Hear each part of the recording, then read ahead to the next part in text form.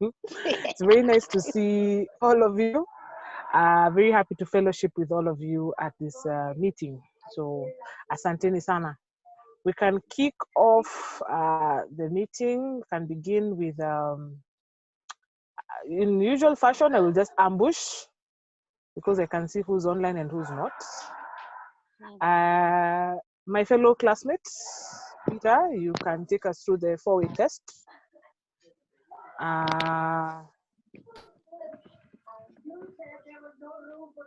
Charter President Shiro, please take us through the grace. So we can begin with the grace. Okay, Rotary grace, O Lord and giver of all things good, we thank thee for our daily food. May Rotary friends and Rotary ways help us to serve thee all our days.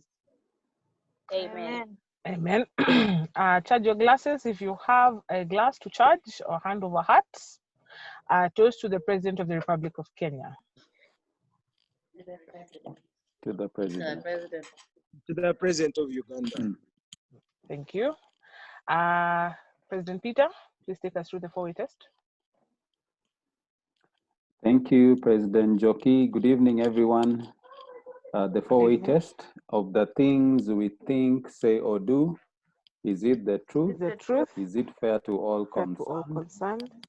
Will it build goodwill and better friendship? Better friendship? Will it be beneficial to all concerned? Thank you. Thank you so much, Peter.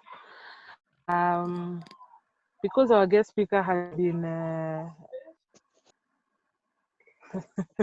the silent guest at every house, he's been here in the meeting for a little over half an hour. I think we will just go straight into starting off and kicking off the meeting. Our speaker for today is Rotarian Oltesh. I believe Muto will have a chance to introduce him and share his CV or resume with us, his profile, sorry. But before that, I wish to request anyone who has any announcements to kindly raise your hand and please share with us.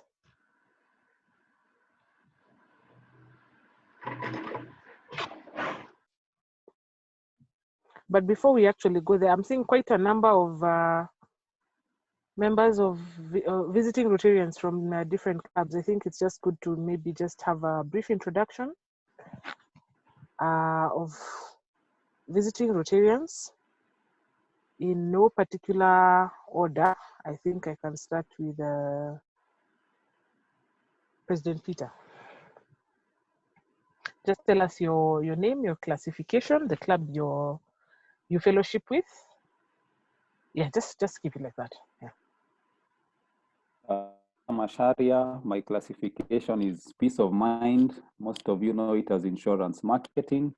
I'm the president of the Rotary Club of Ongata Rongai. Great to be here. Okay, thank you, Peter. Lima, you please unmute your microphone. Good evening, members. My name is Laima Mwangi. I'm the family director, Rotary Club of Ongata Rongai, and I'm glad to be in this young family. Thank you. Asante sana. Shiro, sasa we ni in, out. Introduce. Hi, everybody. My name is Shiro Sundwa. I'm from the Rotary Club of Crenshaw, Park Heights, California, but right now we are based in Washington. My classification is mortgage lending. I am yet to find a Rotary Club now that we moved states. I'm happy to be in the meeting. Asante sana, Shiro.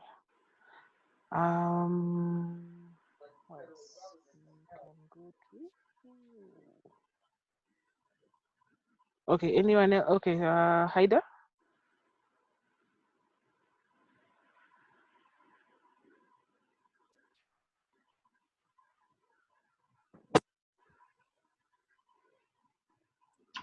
Haida, we can't hear you.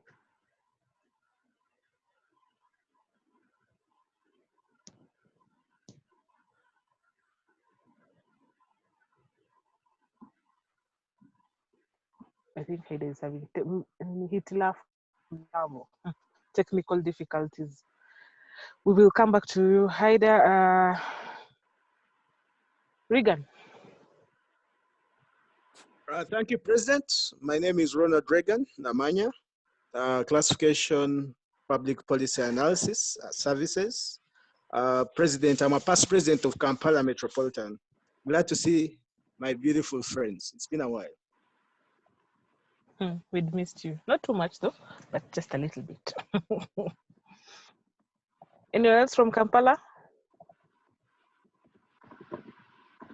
Thank you, President. Okay. The name is John Wamanya.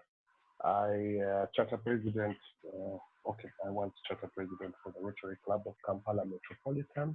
Classification is architecture. Always a pleasure joining you guys for fellowship. Sorry, I can't show my face. There's a blackout where I am at now, so I'm like Diama right now. Yeah. But your president showed us a lot of water in the dam. How are you blacking out? Anyone else? Any other? Yeah, Just introduce yourself. Thank you, President. My name is Kawesa Ruth. I'm from the Rotary Club of Nairobi, Gigiri. And I'm very happy to join you for fellowship. I can't show my picture. I've been home for the past 1.5 months and I don't look so good. Wow, okay. Anyone else? Good evening. Family and friends of Rotary, good evening. My names are Evelyn Area from Ongata Rongai. My classification is aviation and events. I'm happy to be to fellowship with you. Thank you. Thank you so much. Anyone else? Good evening, friends and family of Rotary. My name is Thomas Bunde, Rotary Club of Rongatulongai East, and my classification is Education and Leadership Development. Happy to be visiting with you. Okay, thank you so much.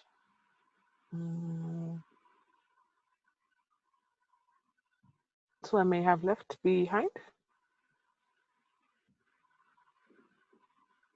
Okay. Is it only Rotarians speaking? And no, Rotarians and Rotaractors.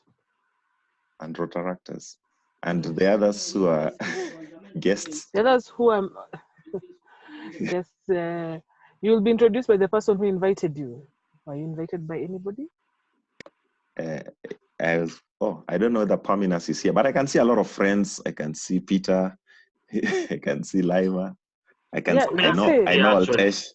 Just say all of them. They will pay your fines. Who else can you see? Actually here. Even the speaker for the day, Oltesh. I saw his. I saw him, and I was like, I have to tune in. Okay. Yes, but I was invited by Paminas. I don't know whether I can't see him here. He's here, but don't worry, he'll pay your fine. So kindly introduce yourself. My name is Oko Erastus, and I'm also a member of Toastmasters. I hear people saying classification does that mean what I do? Yes. Okay, I'm a business strategy consultant, business strategy and management consultant. Okay. Yes. Thank you, Erastus. Thanks for joining us. Anyone else who has a guest to introduce, please, you have 5 minutes. Thank you, President. My name is Henry Mba from Rotary Club of Kampala Metropolitan, Classification, Monitoring and Evaluation Services. I'm glad to be here. Okay. Anyone else? Hello, everyone. Hello. My name is Frank Julius. I was invited by Oltesh. I'm also a Toastmaster from Arusha. My classification, I work as an area manager selling solar systems in off-grid areas in Tanzania. Thank you. Thank you so much for joining us. Thank you. Okay. Anyone else? Okay. So we will go straight into the announcements, if any announcements from our visitors or from our visiting clubs.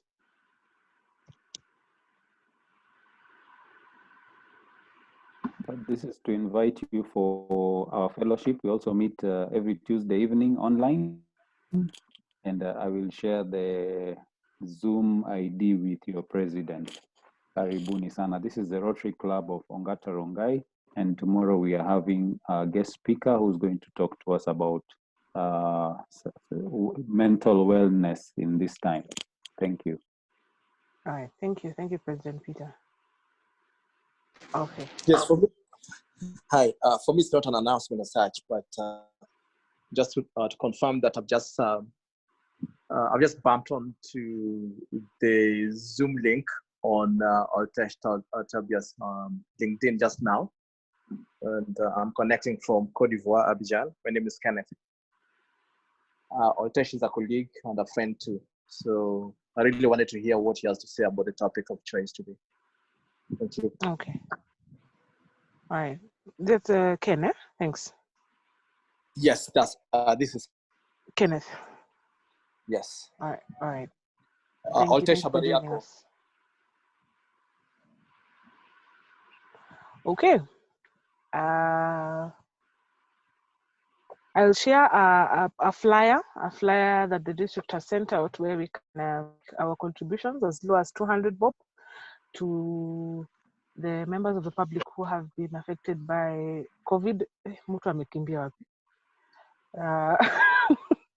But I will share that in the course of the evening tonight. Then we can discuss more about it. We were fortunate enough to be featured in the Rotarian as Rotary Club of Madaraka. That was a big feat because they don't. It's to get a feature there. It's almost next to impossible because there are so many articles that they receive. I think Muto and Malaki, remember we submitted this article in November. Was it November or December? And they published it in the month of May. So it's there's a big turnaround time for them. So I'm very proud of you, very proud of the efforts, very proud of the project in general. So asanteni sana to the Rotary Club of Nairobi Madaraka. Now Muto, sijui nini alikuwa anapika. He was cooking something, then I think it was burnt, or he has forgotten that he's supposed to introduce the speaker. Nice to have you back, Muto. So I had something on in the kitchen. I had forgotten about it. We saw you running. Yeah. So kindly, the floor is yours. Please introduce our speaker for the day.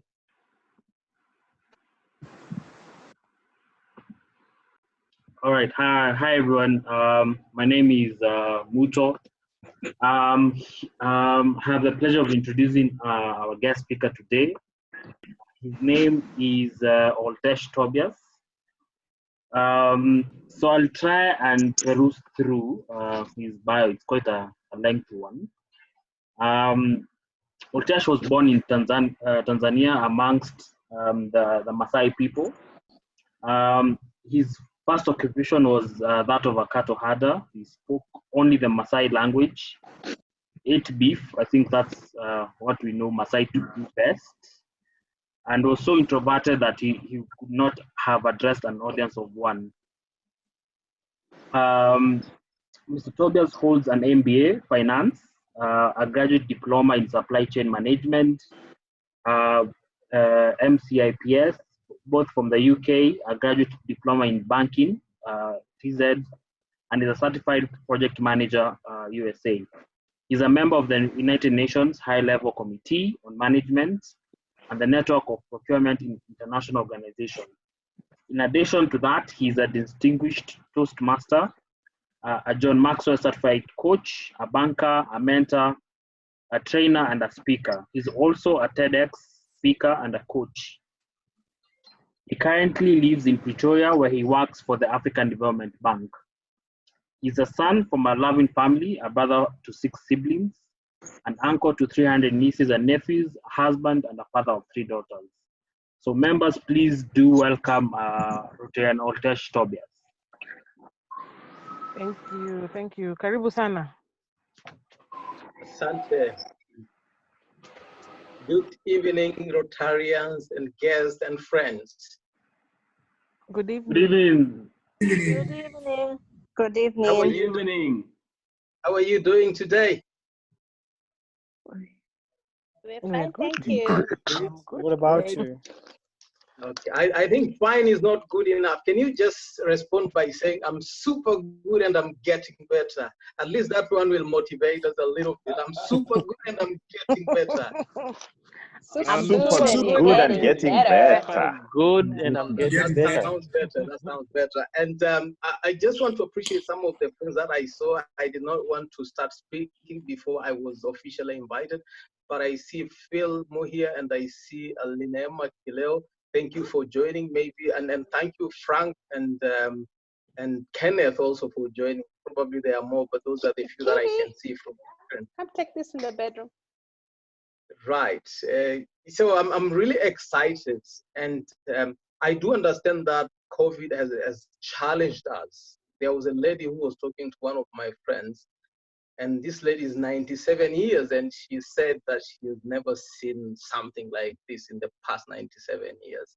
But there's some good news. You know, I'm a Rotarian, a bona fide member of the coolest, the hippest, the most happening club in District 9212, the Rotary Club of Nairobi East. And I missed a lot of meetings because I moved to South Africa July last year. But now, with the current situation, all meetings have moved online, and therefore I'm able to engage with fellow Rotarians, and I'm also happy to be with you this evening. So there are some good news also from what we are seeing, and we just need to take advantage of what is going on. Now, tonight I want to talk about what is it that we can do to stay composed, collected, but also connected during this time of crisis. And what I'm going to share is I'll share some of my experiences of what is going on, but I'm also going to share some of the lessons that I'm learning in this process, because there are a lot of things that we're learning, and some are good, some are bad, but we don't really have a choice. We just have to keep going. And I want to take you back to August 22nd, 2018, when I was flying from Zurich to New York aboard United America Airline. And after clearing through the security procedure, we boarded and we went through the safety procedures and we took off. And about 30 minutes, the pilot declared that, okay, if you want, you can, remove your buckles and then just relax and enjoy the journey. And we indeed enjoyed the journey. But half an hour into the flight, an announcement comes and says, dear passengers, looks like we're experiencing problems with the air pressure. And then they also announced saying that we will try and fix this problem. And if it doesn't work, we might need to fly back. And after another half an hour, the pilot comes in and says, unfortunately, it looks like we have to go back because we have not been able to resolve this problem. But he also said, and we knew that maybe we will get back in the next, the same time. But he said, we cannot just go back like that. We need to, because we took off about 78,000 tons of fuel. And he says we cannot land with the same amount of fuel. And the logic is, if, for example, you had to climb on a wall about 3 meters, and you put 100 kilos of sand on your back, and you try and jump on the floor, you would probably guess what would happen to your back. So the captain said we need to dump the fuel for land. So he had to dump like 15,000 tons of fuel for us to be able to land safe.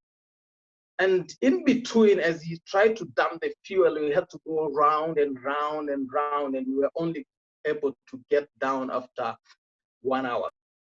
But in that process, I kept thinking, so what if something goes wrong? And the passenger sitting next to me said, as soon as I land, I'm going to make sure that I finish that wheel because it took me so long to finish that wheel.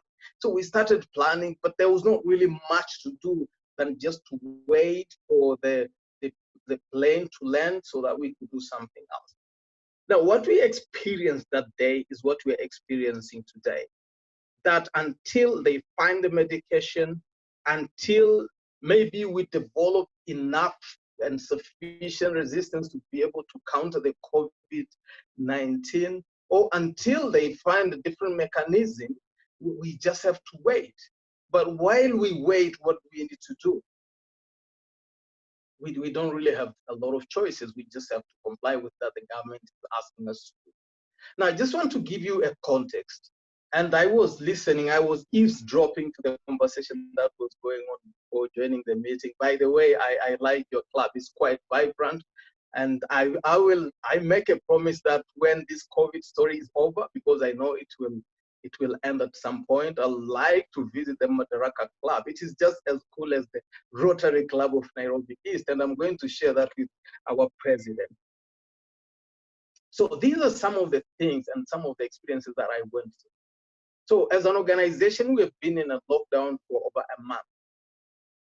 And as a country, we have been in a lockdown for, it's like 21, 22 days today. Now, we have been working from home, which is a completely different experience. I have 3 daughters and they're also schooling from home. So everyone is in the house and the country is in a total lockdown. And when I say lockdown, it's a lockdown. I was driving on the road last week and the road was completely empty. Now, the thing is, we have been restricted from doing things that we do every day. I wake up at 4, I like jogging and cycling and swimming, all that is gone. And even in the estate, within the estates, because I woke up one day and cycling and the security said, hey, come, you're not allowed to cycle, you need to stay in the house. So even in the estate, we cannot jog, we cannot run, people cannot walk dogs, they cannot walk cats. It's 100% in the house.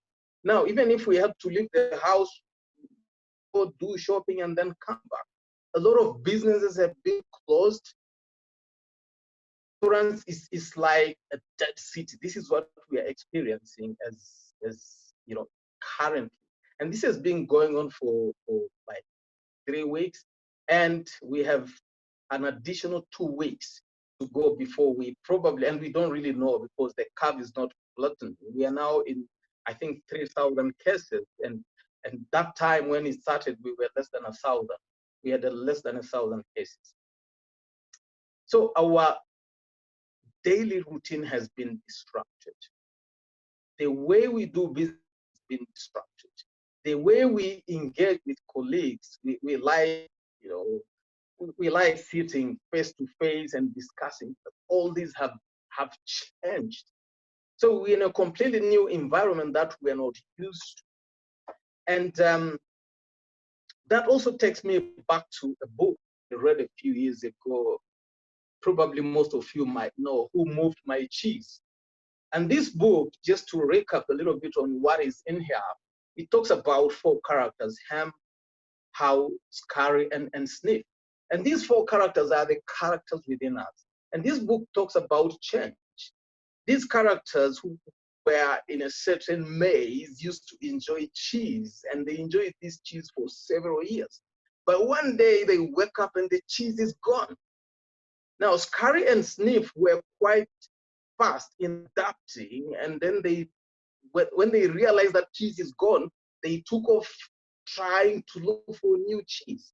But Ham and How did not really like that experience. They complained, how can they take our cheese? How can they do that? How dare they do that? And they complained for not only for a day or 2, they complained for a week. Now, what does that mean? Our cheese has been taken away. We cannot work in the environment that we would like to work. We need to put on a mask. We have to work from home. We cannot enjoy the drink that we used to enjoy. We cannot have coffee meetings. We cannot have business lunches. Our life has completely been transformed. Not only that, I do know that a lot of businesses will suffer. So we either have to wait or we have to hold, and we don't even know for how long. That cheese has been taken away from us. So what is it that we're going to do? And a lot of us, from what I'm seeing, and I heard a little bit from the conversation that was going on, is, and by the way, it's a global thing. So the conversation that we had that was going on before the meeting, it's a global story. It's a global.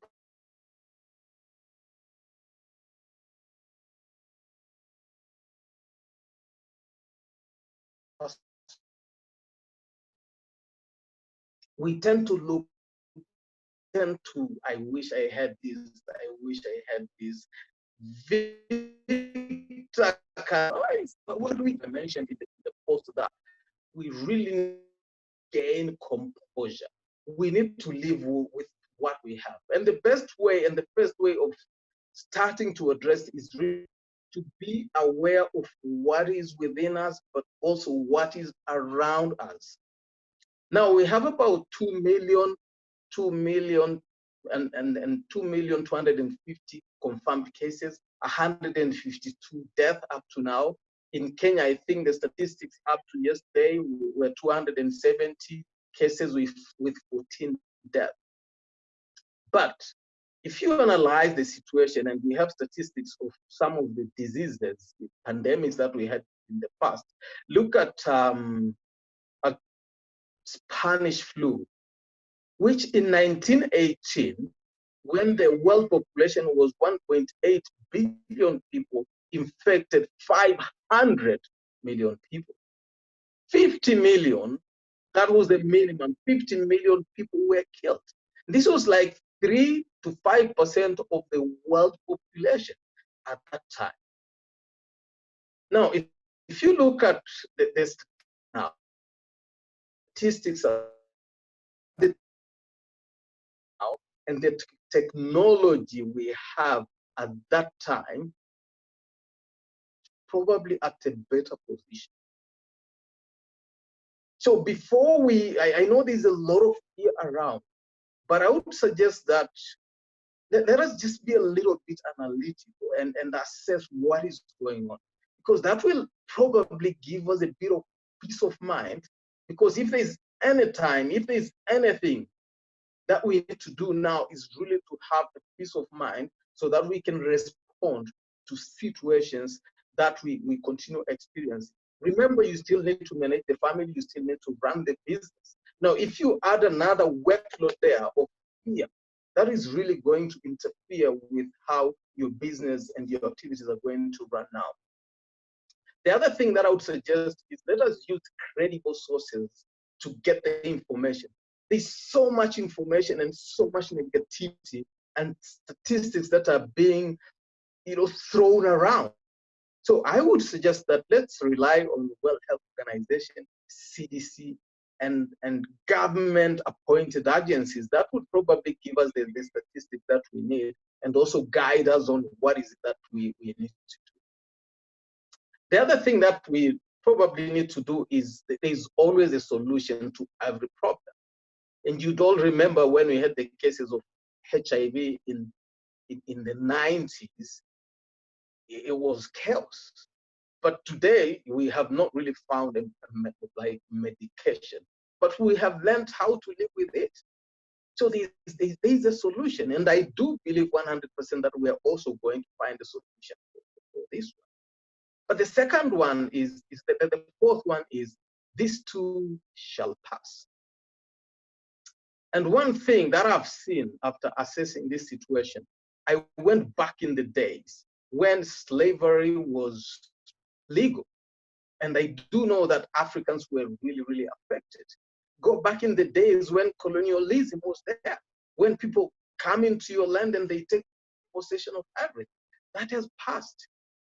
We are Rotarians, and we all know, and we know the history of polio. and we have really contributed in eradicating polio. Much as, of course, there are still pockets here and there, but we have worked so hard, and the statistics are now quite encouraging. So I do believe that these two shall pass. Now, we also need to stay collected and remember that there is a silver lining in every dark cloud. There are a lot of opportunities that are going to come out of this situation. After 9/11, you would agree with me that the security industry just boomed because there was a need to prevent people. We're going to see a lot of businesses, new businesses being born during this time. We're going to see a lot of different ways of doing businesses, but we're also going to see a lot of opportunity. Cybersecurity, I believe, is going to grow big time because, like in South Africa here, people are now using some of the government measures that have been put in place to scam and to make money. We're also going to see a lot of consulting growing because people working from home, it's a new environment. And I do believe that we need to be trained on how to survive in this environment because it's a completely new environment. We're also going to see a lot of online marketing growing. For example, Amazon has made a lot of money this time around in its history because of the situation and where they are positioned in assisting us in a situation of a lockdown and staying at home. So let us remember that there is a silver lining. We just need to look long enough and deep enough, and we are going to see the opportunities. Let us also develop a positive mindset because we're only going to see these opportunities if we have a positive mindset. We also need to stay fit mentally. We need to read because we have a bit of more time. I could hear one of I think it was a member from Uganda who said he's now spending, did you say quarter of a monthly fuel for the past 1 month? How much was it? It was a member from Uganda. I've used half a quarter of my tank. It's been the same for the last 3 months, for the last 30 days. Right. Sorry. Yeah. Okay, and how much time have you saved? How much time? I've saved a lot of time. I think I've saved about 30%. Rather, I've saved in terms of moving back and forth. I'm saving a couple of hours, maybe about 3 or 4 hours a day. 3 hours a day. From not. Did you hear that? Yes, 3 to 4 hours a day. Is that not a silver lining? Now, what are we doing with these additional hours that we're getting? And then by the way, that is the situation everywhere. I was talking to a friend the other day. He used to drive from Pretoria to Johannesburg. That was like 3 hours. And he said, I have all this time, which means he can now either study, he can do personal development. There's so much that he could do with that time. So we can actually use that time to do something else. But this is also, it's also important to stay fit spiritually. Because again, engaging with our communities, either for the Muslim or for the Christians, this is the time to connect with each other because we really need that strength that will keep us, going because we don't really know how long this is going to take. But also physically, I do know that we are now in a lockdown and there are different stages of a lockdown, but for us, what we're doing in the house is we just run around the house. But even if you did not have a space to run, you can literally use a chair or a table or just a floor to do your press-ups. And those are more than enough to energize you. You also need to probably eat well because we tend to eat a lot. Probably our number of savings per day would double because there's nice food being cooked in the house. You kind of test and just sample out.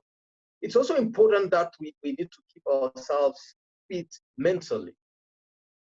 Because again, this is the time when we are a little bit fragile because we are in a kind of a special and unique environment. And we can only use the opportunities that we talked about if we are fit and if we are mentally, stable. Let us also enjoy the moment. We also need to appreciate what we have rather than what we don't have. But before I move to the next section, as I finish, I'm not talking here as an expert. Some of the things that I'm sharing with you, I'm also learning. For example, realizing that we cannot even have a house help. We cannot have the guys who used to help us and tend the garden. We are doing everything. So what we have done is we have now done a program where everyone from our 6-year-olds to myself, there are 5 of us in the house, everyone would do everything. For the first time, I've learned how to cook chapati. For a long time, I've not been mopping the floor. Now I'm mopping the floor. So what we need to do is really to just see what is it that we can do outside our normal areas of operation to keep going. And we are learning new areas, we are learning new tricks, we're learning new ways of doing things on everyday basis. We also need to stay connected. And I believe that being in Rotary has provided us with an opportunity to be able to connect. And the fact that these these meetings have now been pushed online, you have more opportunities. Literally, you can attend several meetings in a day. I see that we have Shiro, hooking from all the way from California. So there are a lot of opportunities for us to connect and let us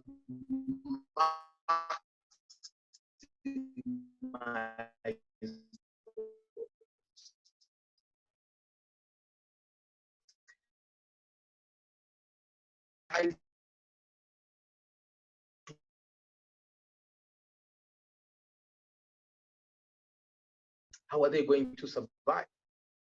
Suppose a situation comes where we really, we literally need to stay home without any exception. How are they going to survive? And this is where I would believe that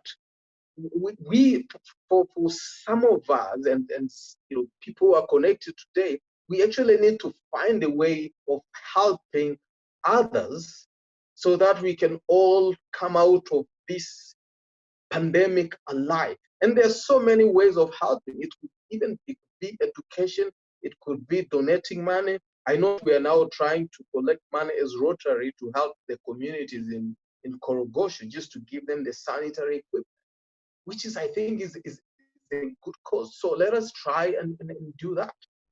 It is also time we focus on our relationships. Victor, you said you're alone, and you're not. I know that you're now thinking of probably taking that relationship to the next level. But let me tell you, you are envying the guys who are married. But let me also say that, and I could hear people laughing. But it is not necessarily true that if you're married, then it's a blood roses. And I was telling my wife the other day that, what, Sandra, we really need to learn how to live together. Because now you cannot say I'm going out for coffee or for a drink or to hang out with my friend. That is out of question. We need to stay here together for better or for worse, which means we really need to see how we can manage our relationships with everyone, and even with mother-in-law if she's in the house. And do you know what? Like, I have a friend whose mother-in-law is in the country, and she's stuck probably for, I don't know, a month or 2 or 3 months. We don't know. So it's really important that we also try and manage our relationships, of course, with people who are around with us. But there's also beauty that comes with this situation. It is also the best time to create value. If you look at the education system, a lot of meetings have now gone online. My 6-year-old today was, they started their first Zoom meeting, and I was just watching, and all the children were making noise and everything. Yeah, good to see. And I was just watching how the teacher was trying to manage them. But again, this is an opportunity. And yes, we're using Zoom, but is it not an opportunity for us as Africans also to come with our homegrown application to run some of these programs?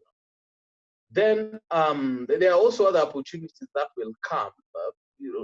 Online, we can do a lot of marketing online. We can also do a lot of courses online.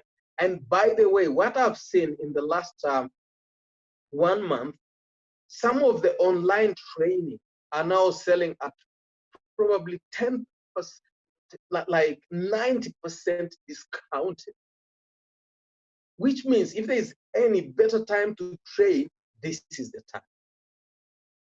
Because prices have really been reduced, but also it's part of some of the business community to help those that need support. I've also have a few friends who lost employment, and we probably need to reach out and support them. We also have our brothers and sisters who have their loved ones, dying. We also need to reach out and see how to support them.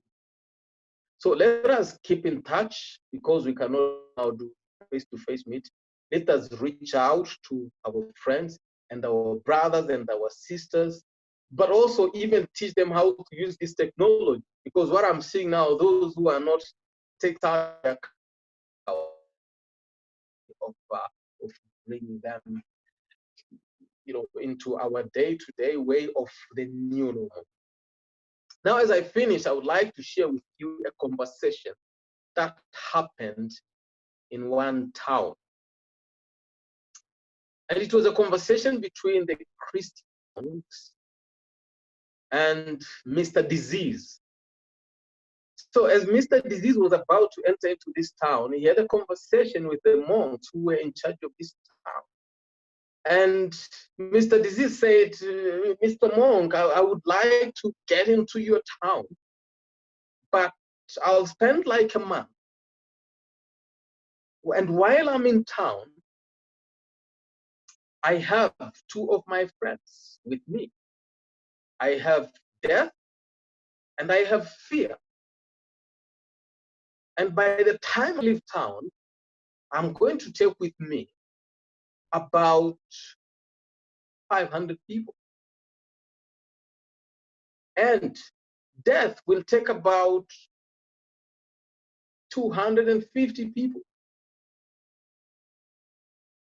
And when fear was asked, how many people are you going to take? And fear said, I don't need anyone. So they entered into the town. And after 1 month, it was time to leave. And Disease had taken exactly the same number that he had promised. Death had taken exactly the same number that he had promised. But Disease had millions of people. Fear had millions of people behind him. And the monk asked, but Fear, you say that you're not going to take anyone. And Fear said, it is true. I did say that I'm not going to take anyone. But all these people that you're seeing following me, they're following me by their choice. Their choice. So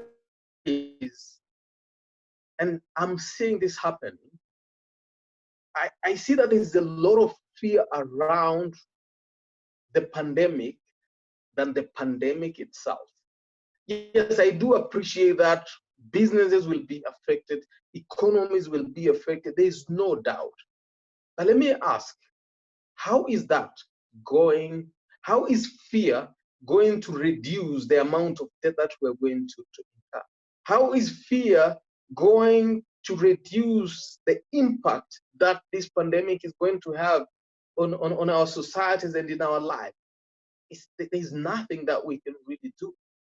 So what I would encourage, and as I say this, I'm saying this including myself, is really to avoid fear interfering with our minds to the extent that it is going to affect our businesses, it's going to affect our relationship, is going to affect the ability of us being able to see the opportunities that are available in this time of the crisis.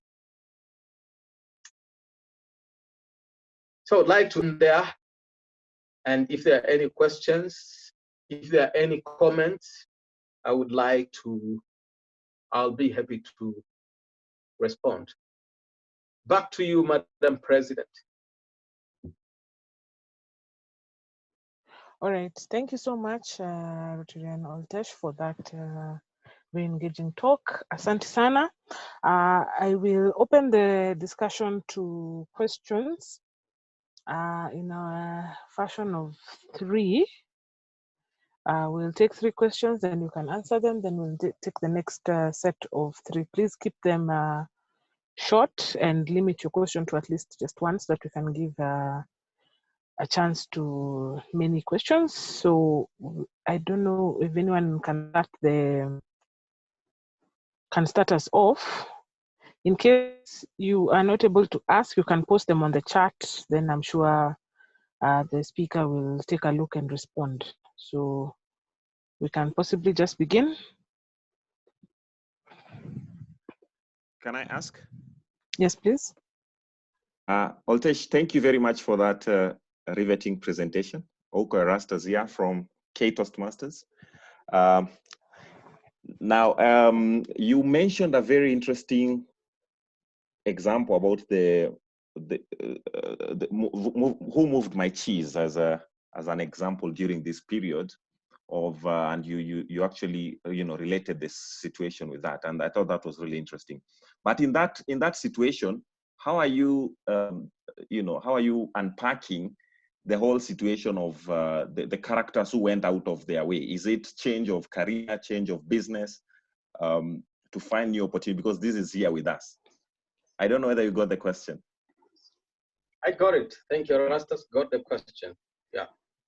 Okay. Njiri? Okay. Thank you, Rotarian Oltesh, for that insightful presentation. My question is regarding the various tools you're using for collaboration as an organization. Well, I'm sure you still have to do your reports, hit your targets and all that. I'd be interested to know the various tools you're using for collaboration. All right. Okay. Rotarian Oltesh, please just take those two for now, then we can continue the rest. All right. Thank you. So let me start with the second best. As an organization, we actually do use tools, a number of tools for collaboration. We used to have, there's a system that we internally called ATRS. It's an activity time recording system. We do use that for reporting our performances. But we've also been encouraged. There's also another tool that has been shared, and this is the form that we need to fill out on what we do on day-to-day basis, just to report that we are spending our time wisely, basically to earn the salary. But let me also say this, and this is really important. Besides the tools, it's really, integrity and being a person of value is key, more than the tools of collaboration. And that means we don't really need to have our bosses breathing over our shoulders for us to prove that we are doing well. And so the organization is not necessarily very keen. Of course, the reporting is there, and we've always been doing, but it also believes that everybody will be able to do their job within time without being met. Because we do, there are a lot of distractions, but it's also important that we deliver our requirements. I had a colleague who was working the other day because they had a report that they had to submit. Now,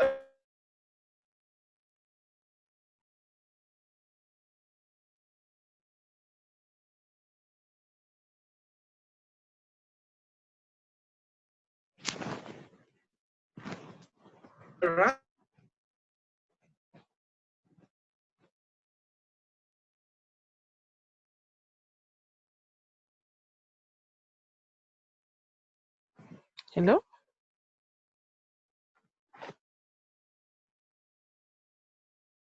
They probably take off and look for new opportunities. So what happened in this particular story is the two characters that delayed and were not ready to make to change and adapt are the characters within us that would still like to operate in the old ways. The characters within us, I can tell you, when the organization announced that we are working from home, it took a long time to actually get people working from home. So what the organization did was to literally deactivate all the badges so that we cannot even access the office. And I was one of them. That how is it possible that we work from home? So we have these characters. Now, what we really need to do is, and this is what I did, a point came when I just said, enough is enough. No working from the office anymore. And I was able to do that. But let me say that this is not a one-size-fits-all. I do know that there are people who might not be able to work from home because of their business, the nature of their business. I also do understand that in some families, given the size of the house and just the environment in the house, it might not necessarily be easy for them to work from home. Now, what we really need to do, and this is what I would like to encourage everyone, even for myself, working from home is not necessarily easy. To the extent that every time there's something that needs to be fixed, I'm in the house and my wife expects me to fix it. So she would come and ask me to do this and this and this. So what I tried doing last week is I decided to put on a suit and a tie like I'm going to the office. Somehow we are all learning and we're trying to adapt. So the bottom line is, in any situation that you find yourself in, is to really exercise an open mind and just see what works and what does not work and keep recalibrating. Back to you, Madam President. Okay, thank you so much for that. Any other questions? So kindly, the floor is yours. You can Yes, ask. Yes, Madam Chair, I have a question. This is Kenneth. Yes, can I please go ahead? Yes, please. Go ahead, Kenneth. Yes, Oltesh, you mentioned something quite interesting. This is to do with the fact that the work from home has created a lot of time saving. And the good example that you gave is the colleague in Uganda who is saving an average of 3 hours a day because you don't have to drive to work. And if you have that 3 hours saved every single day for a whole week, that's equivalent to about 2 days work, right? And then that creates an opportunity because taking a cue from the example that you gave of who moved my cheese, it's always being moved to another opportunity that it's just a matter of you opening up your eyes to how to take advantage of that opportunity and create something out of it. And from your own perspective, what do you think that, first, where can you get that opportunity at this point in time, whereby we can do something like a side hustle as such, which cannot interfere with the normal working hours as such? And number two, what is your advice when it comes to, undertaking that particular opportunity created? Because you have the opportunity and we don't have to let that opportunity leave us by. We really have to grasp that opportunity and take advantage of it. So really, how do you go about taking advantage of the opportunity? And number two, where do you search for that opportunity? And number four, to what extent are we able to guarantee the fact that if it won't be interfered with, if by chance we go back to a normal life of having to drive to work and coming back from work? How are we able to ensure that that opportunity is sustainable for the foreseeable future? Thank you, Oltesh. Right. Let me just respond to this one. These were several questions in one. It is true that there is going to be quite, some additional time that will be created. Now, one way, and really this depends on the context. And I like the fact that you mentioned about sustainability, Kenneth, because if you probably had to start, a side hustle, if you may, or a side business, probably that would be very early in the morning, or maybe after 5, because you can knock off, you can start work at 8, exactly 8, and knock off at 5. So you have additional time, like after work or before you start work.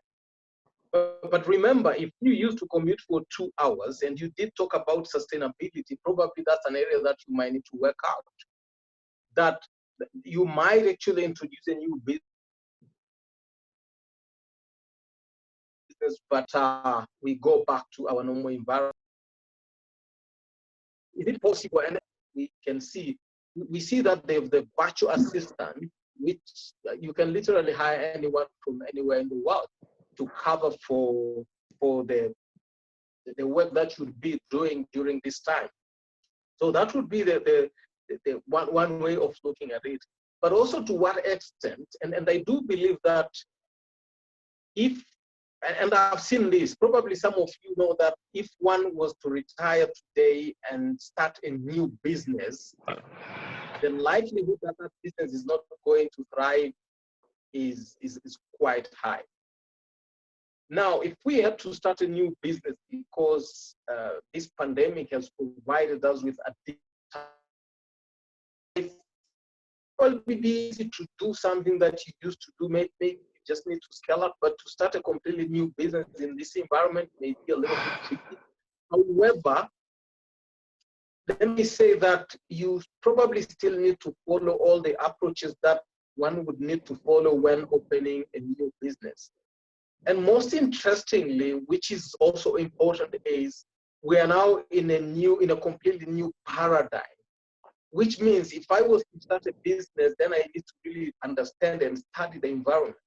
And we all understand that this environment is the grounds are very shaky at the moment. We don't really know how long this will last. We don't know when this is going to finish. We don't know the business topography after COVID-19. We don't really know how it's going to work. So if I was you, I would probably watch this for some time and probably even wait for the situation to normalize before I engage in anything in new territories that might probably lead to losses after the situation normalizes. Let me also mention that, Kenneth, this is important, that as employees, it's also important to see what, if it's going to interfere in any way with our current employment. It is really important to take that into consideration.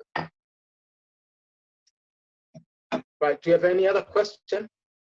Madam President, do we have time for more questions?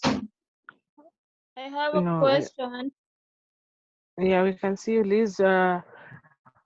Kindly let this be the last question. So, Elizabeth, please go ahead. Okay, so thank you, Madam Prezo. So I have 2 questions. The first one, what can we as Rotarians do to first of all highlight on the racist attacks against our fellow Africans in China? And then the other question, I've posted it in the group. Is it going to be business as usual with the Chinese after this? Thank you. Elizabeth, can you just repeat the question? I had some interference here. I cannot hear you. Okay, I was asking, what can we as Rotarians do to highlight on the racist attacks against our fellow Africans in China? And then also, gonna be business as usual with the Chinese afterwards? Can you just come again? Probably I've still not, but the sound, but can you do it again? Okay, fine. Just check your chats. I've sent it to you directly. Right. Okay, so at the risk of sounding political, is it going to be business as usual with Chinese. Right, I've seen one question. Yes, and then the other one is also on the racist attacks against our fellow Africans in China. What can we do as fellow Africans to first of all highlight on it and then do something about it as Rotarians?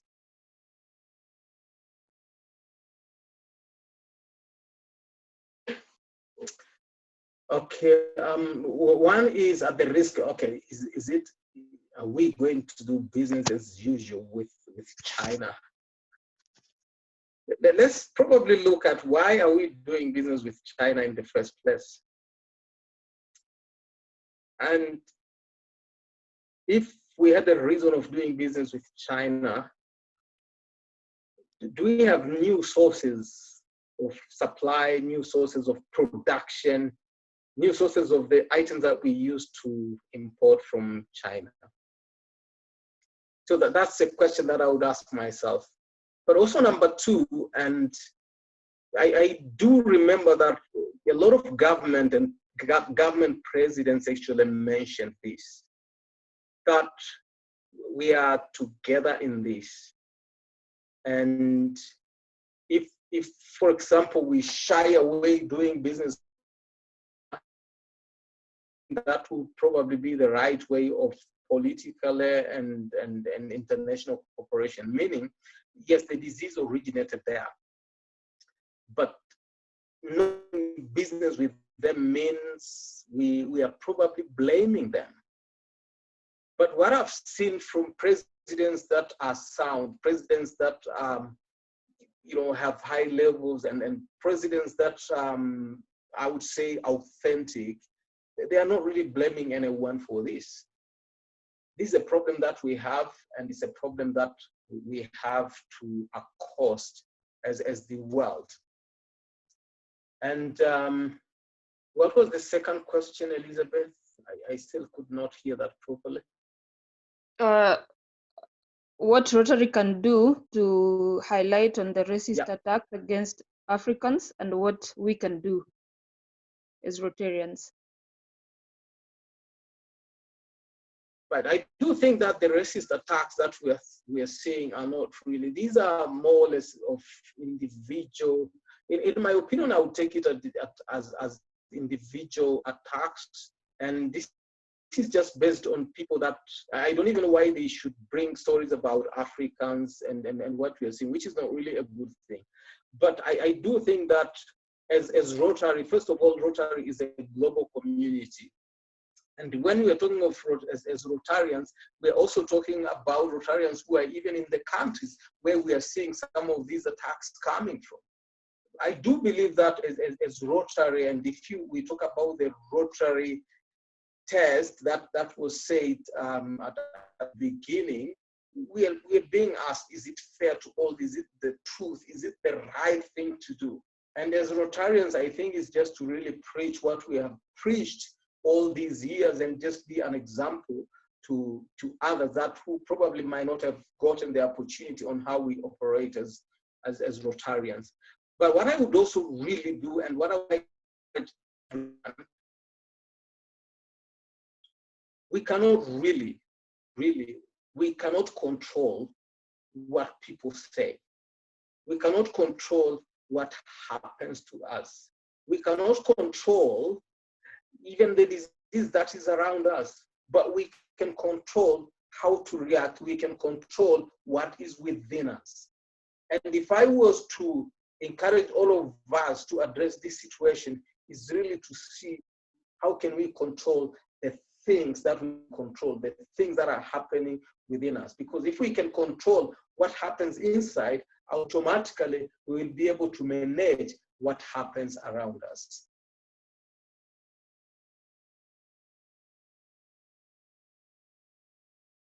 Back to you, Madam President. Okay, thank you so much. That was the last question. So thank you so much. Thank you so much for the questions that everyone has posed. And I will invite Josh. In fact, Josh, I'll invite Josh to give the vote of thanks. Thank you, Madam President. Thank you very much, Rotary and Oltesh, for that very, very insightful talk and discussion on what we can do and how we can improve ourselves and always make sure we are looking out for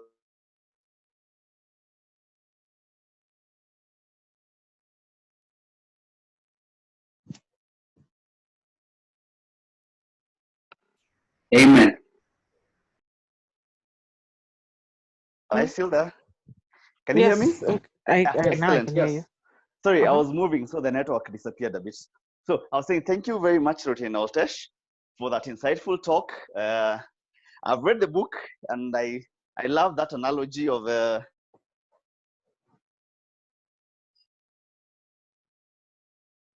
Has he moved again?